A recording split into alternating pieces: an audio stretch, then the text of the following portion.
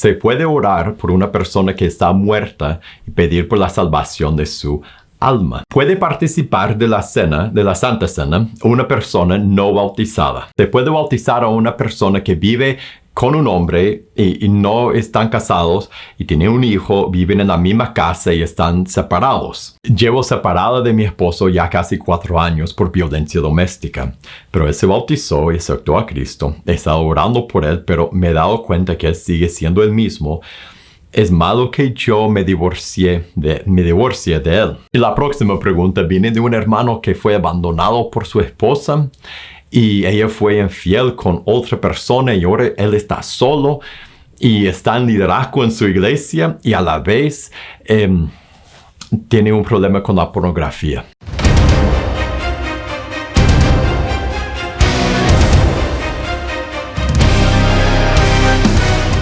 Hola, bienvenido a pazcondios.com. Mi nombre es Felipe y este es otro episodio de conversaciones sobre liderazgo y la iglesia. En este programa yo contesto las preguntas que me envían. Entonces, si tú tienes una pregunta de Dios o de la Biblia, de la iglesia, del liderazgo, de tu vida, una pregunta de lo que sea, mándame tu pregunta a preguntas@pazcondios.com y así podremos conversar de tu pregunta en un episodio en el futuro. Se puede orar por una persona que está muerta y pedir por la salvación de su alma. Y la respuesta de la palabra es no se puede. En Lucas 16, en la historia de rico y Lázaro, Jesús nos enseña que una vez que hemos muerto, ya pasó la oportunidad de arrepentirnos, de buscar a Dios.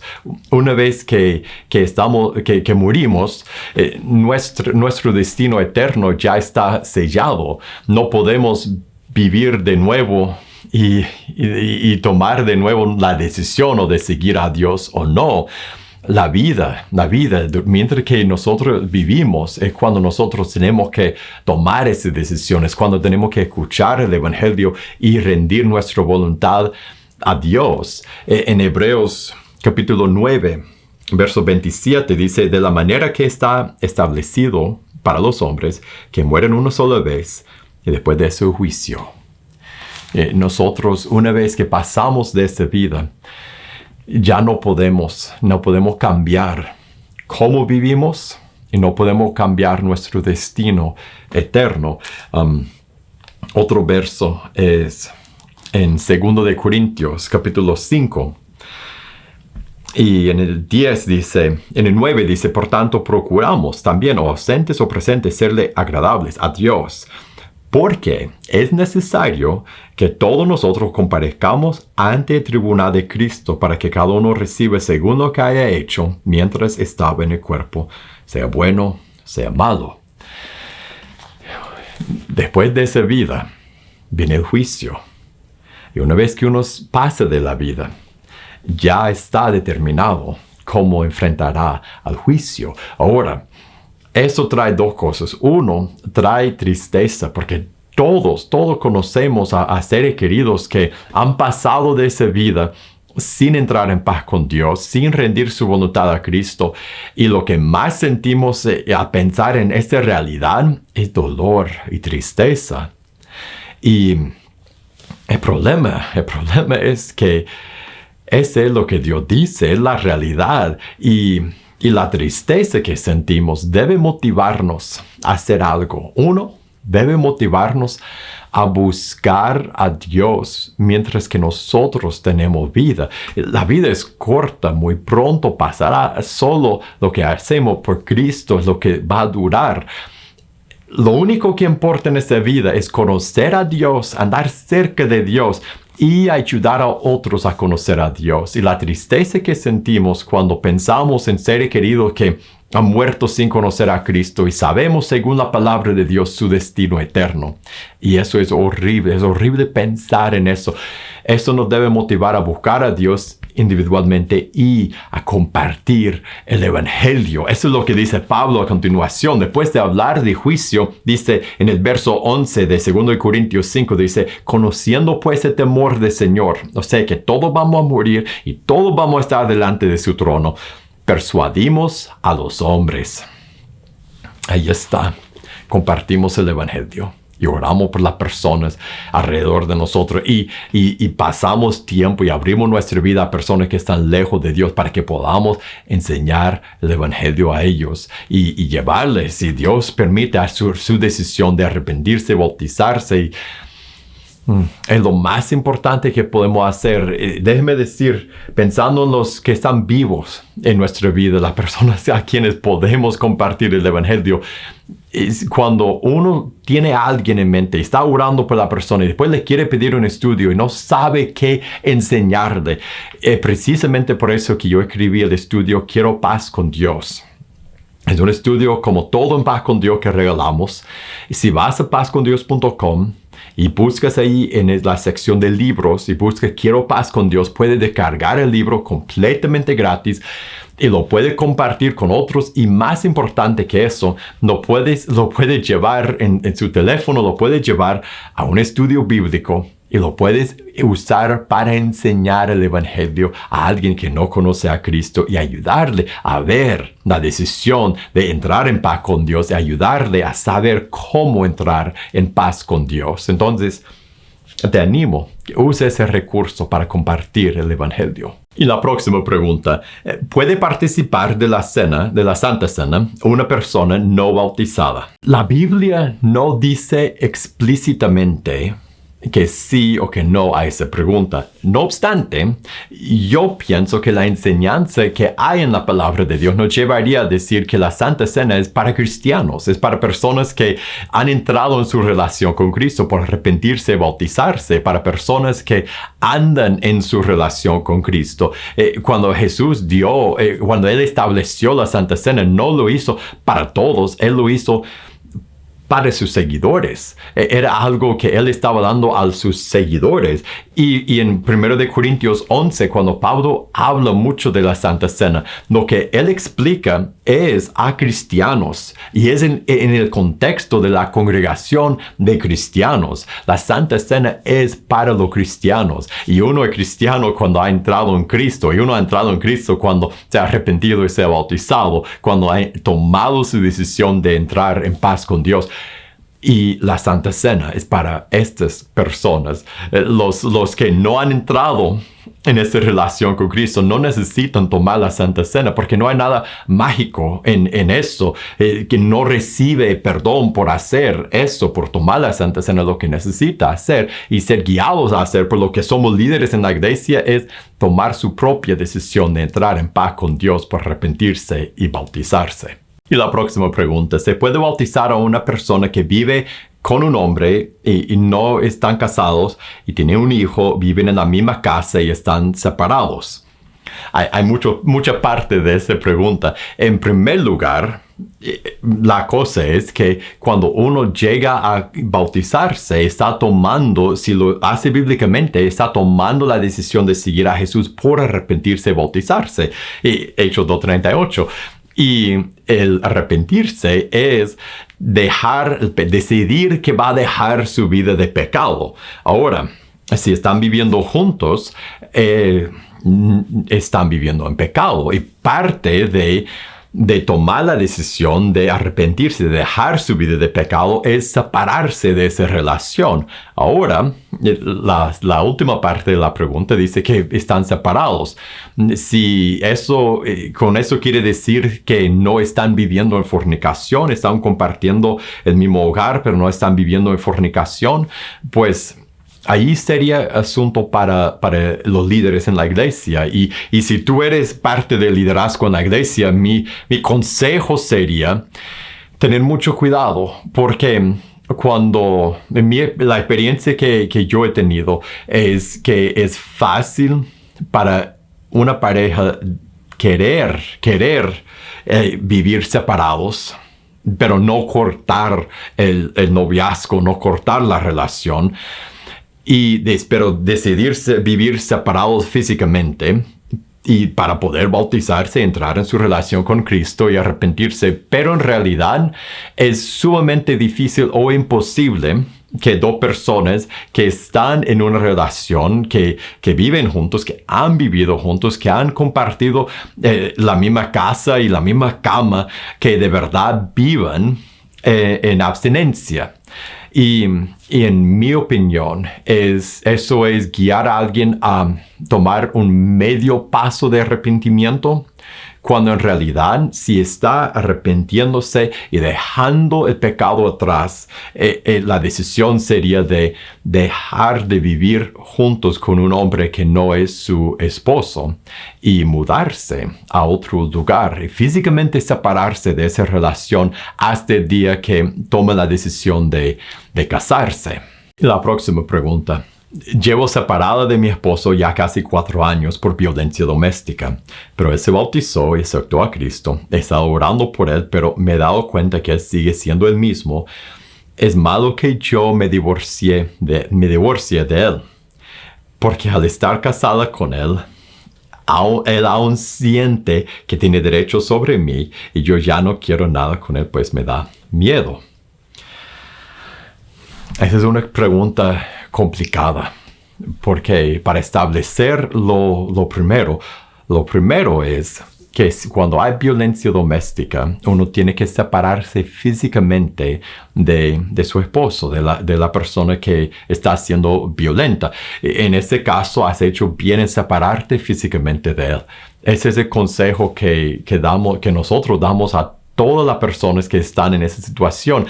Tienes que separarte físicamente, porque si no, la violencia siempre continúa, la violencia siempre aumenta, crece y hasta uno puede morir. Eso no es una vida para nadie. Entonces, has hecho bien en separarte. Ahora, con el divorcio, el problema es que si uno lee Mateo 19, cuando Jesús habla de divorcio, dice lo que Dios ha unido. Lea Mateo 19, te animo, leas la sección al principio del capítulo donde Jesús explica la idea de divorcio y volverse a casar y el matrimonio.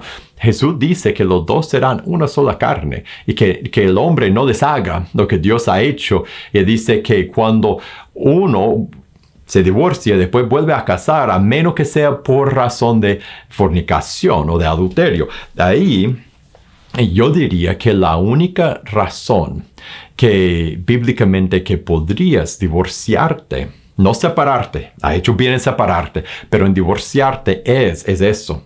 Si él toma la decisión de por fin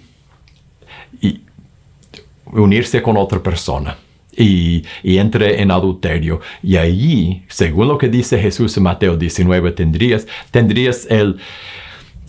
la opción de divorciarte ahora, por mientras que ese no es el caso, lo que tienes que hacer es no divorciarte, porque ustedes dijeron hasta que la muerte los separe, y tampoco puedes vivir con él. Y le voy a decir, has hecho bien en reconocer que él no ha cambiado, porque muchas veces uno dice he cambiado cuando en realidad no ha cambiado. Uno tiene que, lo que nosotros aconsejamos a las personas en la situación en que está usted es para que realmente vuelva a vivir con él, para que realmente no estén separados. Lo que tiene que pasar es que él tiene que recibir ayuda psicológica, tiene que recibir ayuda, tiene que recibir ayuda de un consejero, alguien que tiene experiencia en ese campo, alguien que le puede ayudar, y alguien profesional, alguien cristiano, y alguien que tiene conocimientos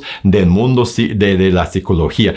Y cuando esa persona dice, si tú confías en la persona, cuando esa persona dice, ahora sí, él está bien para volver a integrarse a la familia, ahí sí uno podría empezar a tomar pasos para restaurar el hogar. Y en mi opinión, no debes divorciarte. Por lo que dice la palabra de Dios, que el hombre no deshaga lo que Dios ha hecho, tampoco no debes vivir con él hasta que, y debes poner las condiciones hasta que él pase por ese proceso y hasta que alguien con conocimiento profesional diga sí que él ya está restaurado y que pueden volver a unir su hogar. Tiene que tener mucho cuidado y tiene que tener mucha sabiduría y tiene que tener mucha paciencia, porque puede ser que pasen años antes de que él tome la decisión que él va a buscar esa ayuda que tiene que tomar y puede ser años antes de que Dios restaure su hogar y tienes que ser fuerte también y insistir que hay una barrera entre ustedes, que están separados hasta que eso pase. Y la próxima pregunta viene de un hermano que fue abandonado por su esposa y ella fue infiel con otra persona y ahora él está solo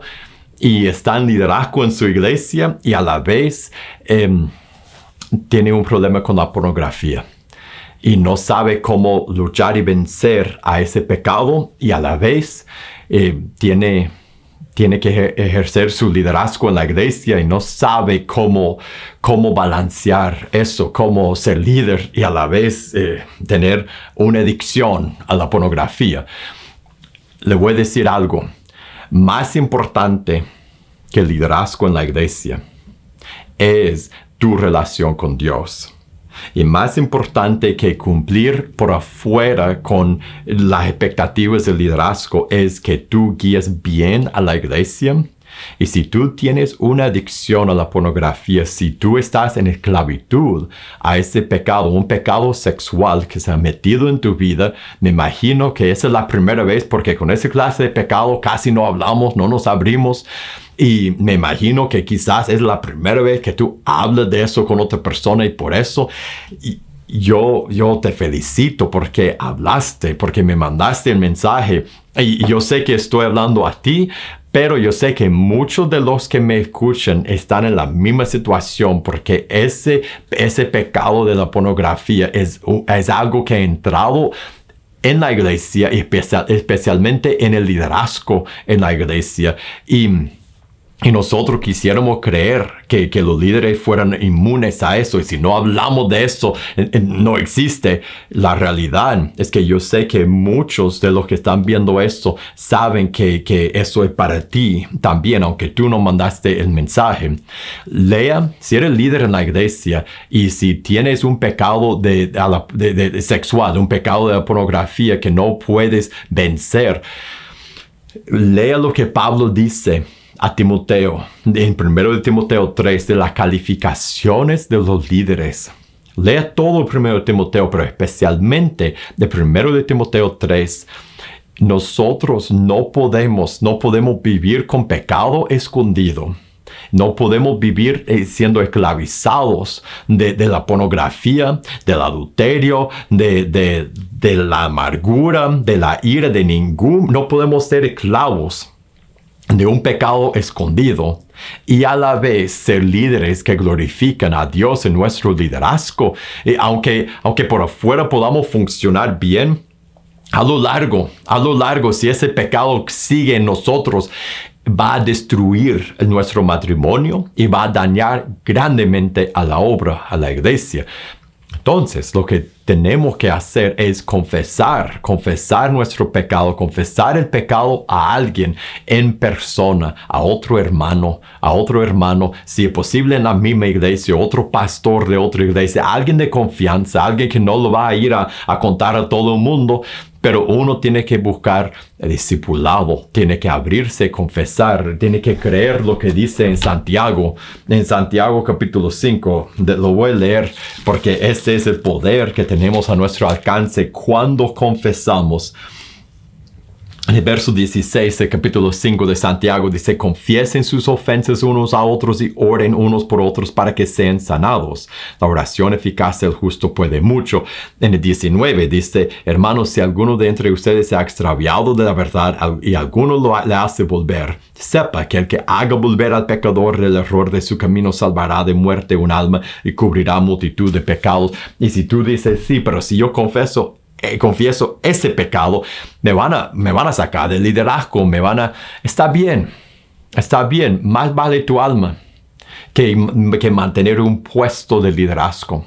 Y si tú sigues con ese pecado escondido por temor de que dirán, por el temor de lo que van a pensar de ti, por saber que te van a bajar del liderazgo, mientras que luches con ese pecado, entonces vas a terminar perdiendo tu alma. Ahí de sencillo es. Tienes que confesar ese pecado. Tienes que confesar el pecado a los hermanos en tu iglesia, a personas de confianza, personas que caminarán contigo.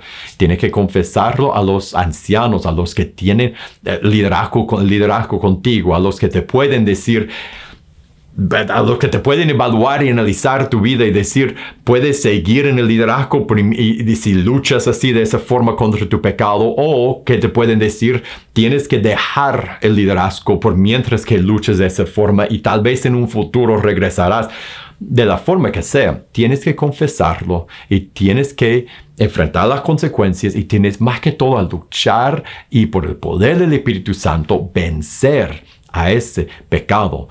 Romanos 7, Romanos 8 son dos pasajes que te recomendaría. Confiesa tu pecado, no creas lo que todos creemos, que yo puedo, yo no tengo que decir a nadie porque yo puedo solo. No creas esa mentira de Satanás. Nosotros creemos que podemos luchar contra nuestros pecados solos, sin confesarlos, sin enfrentar las consecuencias, sin tomar ningún cambio, sin que nadie más sepa. Y es una mentira, La razón que estás esclavizado hoy es porque no lo has confesado. Y si no confiesas a los demás hermanos, los demás líderes en tu iglesia, seguirás siendo esclavo. Pero si confiesas, puedes buscar libertad y Dios puede usar la guía y la ayuda de tus hermanos para ayudarte a encontrar libertad de ese pecado. Muchísimas gracias por haber pasado este tiempo conmigo y gracias a las personas que mandaron preguntas. Por tus preguntas nosotros podemos tener esa conversación. Entonces, si tú tienes una pregunta de lo que sea, manda tu pregunta a preguntas@pazcondios.com para que podamos conversar de tu pregunta. Y si te gustó ese episodio, te voy a invitar a que lo compartas con otra persona. Y para más videos como este, síganos aquí en este canal de YouTube y para recursos para tu vida y tu ministerio, búscanos en pazcondios.com.